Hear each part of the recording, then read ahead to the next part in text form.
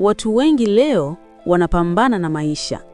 Wanapanga, wanajituma, wanatumia akili, wanakesha, lakini bado wanahisi kama kuna kitu hakiko sawa. Wanahisi uchovu usioelezeka.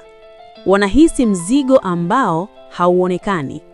Wanahisi kama wanapiga hatua, lakini ndani kuna kitu kinasuasua. Ni kama mtu anayekimbia, lakini pumzi inamwacha. Sio kwa sababu hajitahidi, ni kwa sababu anapigana vita ya nje bila nguvu ya ndani. Wamesahau jambo moja la msingi sana: chanzo cha utulivu, chanzo cha mwelekeo, chanzo cha nguvu isiyoonekana lakini yenye kubadili maisha, yaani maombi. Na kabla sijaendelea, sikiliza kwa umakini. Leo nitakufunulia athari kuu 3 za nguvu ya maombi kwenye maisha ya mwanadamu.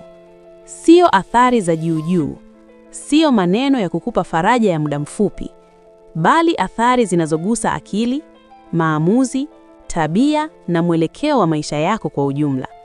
Na ukizielewa vizuri, hutayaangalia maombi kama ulivyokuwa unayaangalia jana. Niseme wazi tangu mwanzo, maombi si kukaa chini na kusubiri miujiza. Maombi si maneno ya mdomo bila mwelekeo. Maombi si msaada wa mwisho baada ya kila kitu kushindikana. Kabla sijaendelea, fanya jambo moja la kiungwana.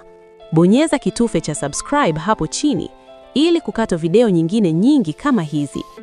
Maombi ni nidhamu ya akili, ni mafunzo ya ndani, ni mpangilio wa nafsi, ni kurejesha akili kwenye mstari wake sahihi kabla hujakabiliana na dunia.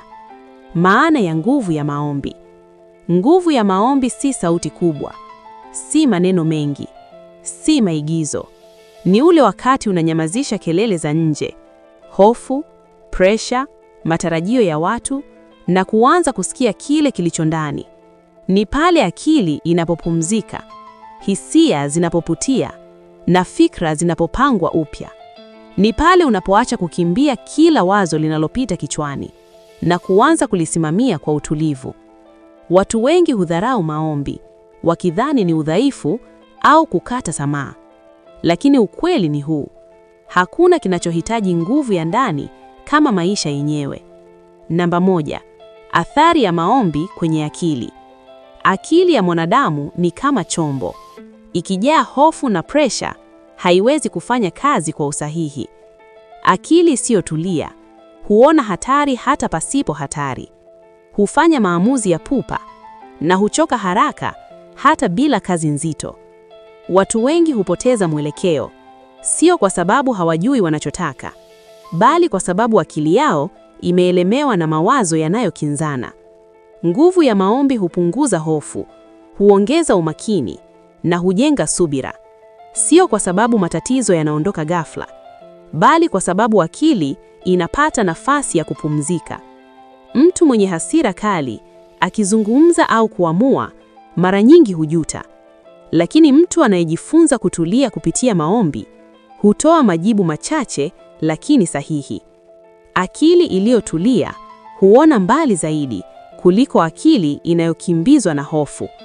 Namba 2, athari ya maombi kwenye maamuzi. Maisha hayaharibiki kwa tukio moja kubwa.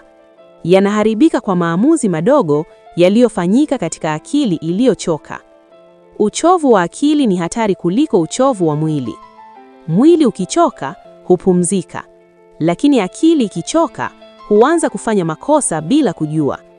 Nguvu ya maombi hayakupi ramani ya kila kitu, lakini hukupa mwelekeo wa ndani.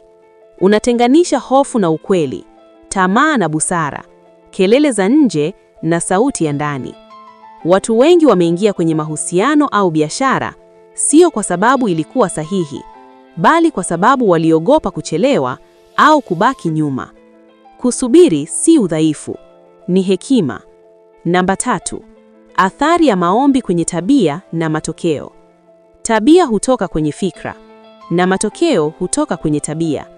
Mtu anayeishi bila msingi wa kiroho hufanya kazi kwa msukumo, hujibu kwa hisia na huanza vitu vingi bila kuvimaliza. Lakini mtu anayejenga nguvu ya maombi Huanza siku akiwa na msimamo. Hujua nini cha kupuuza na nini cha kuchukua hatua. Polepole, bila makelele, maisha yanaanza kubadilika. Sio kwa bahati, bali kwa nidhamu ya ndani. Onyo: kuishi bila msingi wa kiroho ni hatari kuliko unavyodhani. Sio kwa sababu matatizo yataongezeka, bali kwa sababu akili itachoka. Na akili ikichoka, hofu, presha, hasira na tamaa huanza kukuongoza.